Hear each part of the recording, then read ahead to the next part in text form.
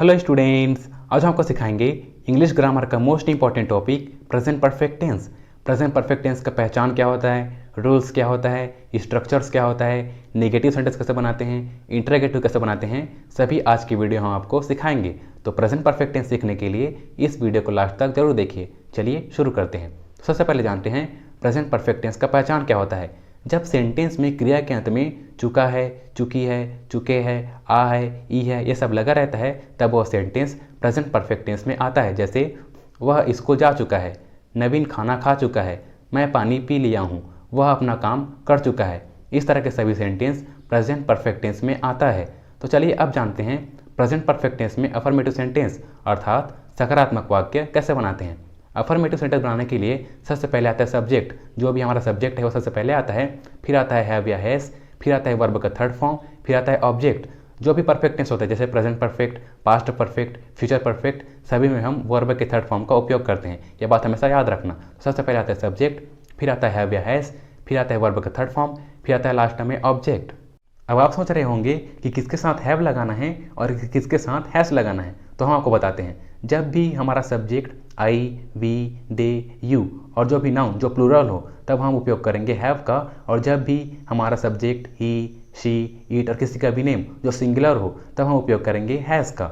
याद रखिए, जब भी हमारा subject I, we, they, you और प्लूरल नाउन्स रहता है तो हम उपयोग करेंगे हैव का, और जब भी हमारा सब्जेक्ट ही, शी, ईट और किसी का भी नेम रहता है जो सिंगुलर रहता है तब हम उपयोग करेंगे हैज़ का। एग्जाम्पल देखते हैं।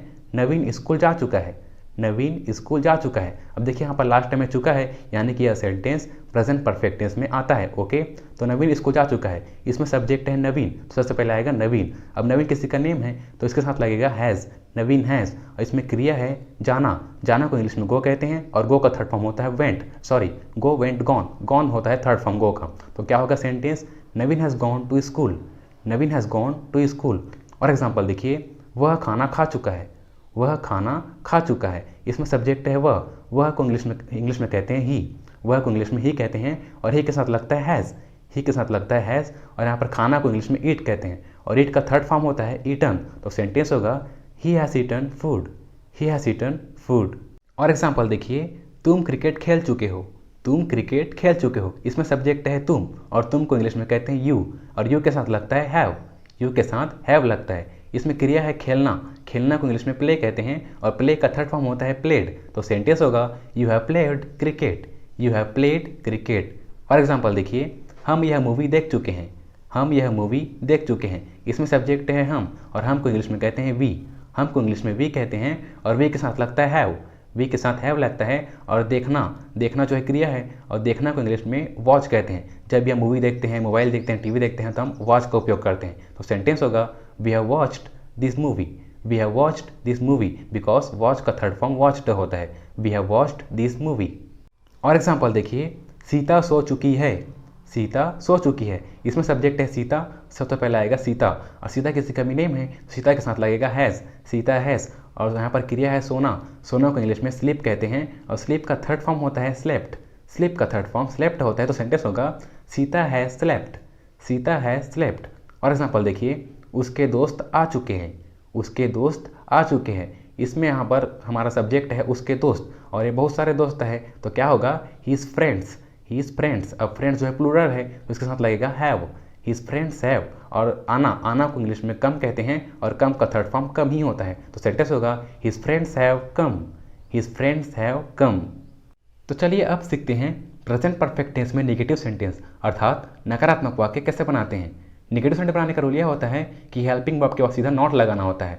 यहाँ पर हेल्पिंग वर्ब का उपयोग होता है हैव या हैज़, तो हैव या हैज़ के बाद सीधा नॉट लगाने से नेगेटिव सेंटेंस बन जाएगा। स्ट्रक्चर होगा, सबसे पहले आएगा सब्जेक्ट, सबसे पहले आएगा सब्जेक्ट, फिर सब्जेक्ट के अकॉर्डिंग हैव या हैज़ हेल्पिंग वर्ब, फिर हेल्पिंग वर्ब के बाद सीधा नॉट लगाएंगे, और नॉट के बाद आएगा वर्ब का थर्ड फॉर्म, और लास्ट में ऑब्जेक्ट। ध्यान दीजिए, सबसे पहले आएगा सब्जेक्ट, फिर सब्जेक्ट के अकॉर्डिंग हैव या हैज़ के बाद सीधा नॉट लगाएंगे, नॉट के बाद वर्ब का थर्ड फॉर्म, और लास्ट में ऑब्जेक्ट। फॉर एग्जाम्पल, वह नहीं सोया है, इसे इंग्लिश में कहेंगे he has not slept, he has not slept, because यहाँ पर सब्जेक्ट है वह को इंग्लिश में ही कहते हैं, और ही के साथ हैज़ लगता है। सोना को इंग्लिश में स्लीप कहते हैं, और स्लीप का थर्ड फॉर्म होता है स्लेप्ट। तो सेंटेंस होगा ही हैज़ नॉट स्लेप्ट। और एग्जाम्पल देखिए, हमने यह मूवी नहीं देखी है, हमने यह मूवी नहीं देखी है। इसे इंग्लिश में कहेंगे we have not watched this movie, we have not watched this movie, because यहाँ सब्जेक्ट है हम को इंग्लिश में वी कहते हैं और वी के साथ लगता है हैव।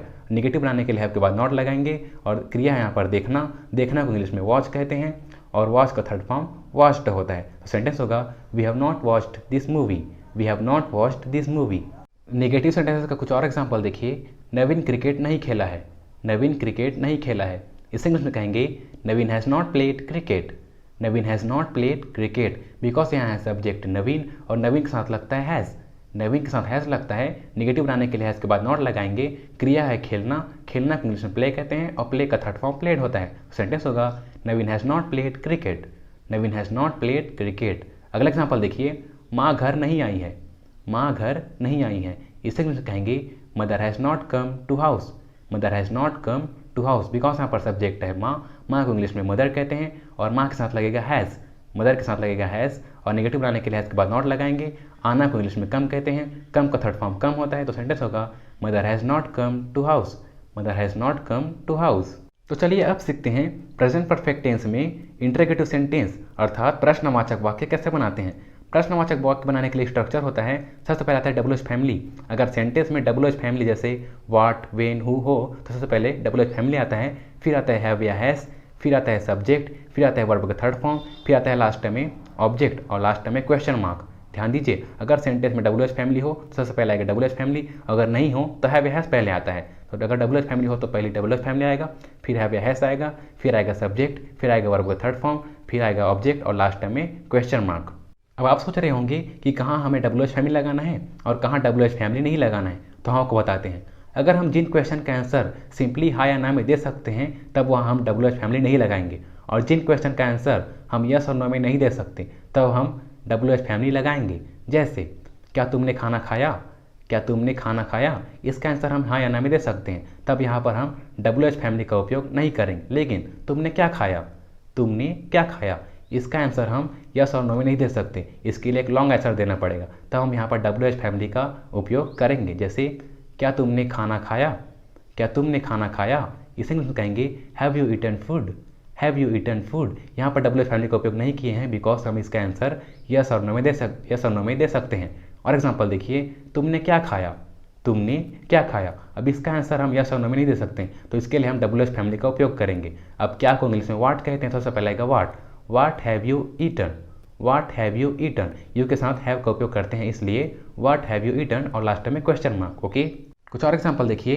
क्या वह खेल चुका है, क्या वह खेल चुका है, अब इसका आंसर हम हाँ या ना में दे सकते हैं, तो इसके लिए हम WH फैमिली का उपयोग नहीं करेंगे। तो सेंटेंस होगा has he played, has he played, because he के साथ हैज़ लगता है, तो सेंटेंस होगा हैज़ ही प्लेड और लास्ट में क्वेश्चन मार्क। लेकिन अगर यही प्रश्न इस तरह से होता, वह क्या खेल चुका है, वह क्या खेल चुका है, तो इसका आंसर हम हाँ या ना में नहीं दे सकते, तो इसके लिए हम WH फैमिली का उपयोग करेंगे। तो सेंटेंस होगा what has he played, what has he played और लास्ट में क्वेश्चन मार्क। अगला एग्जाम्पल देखिए।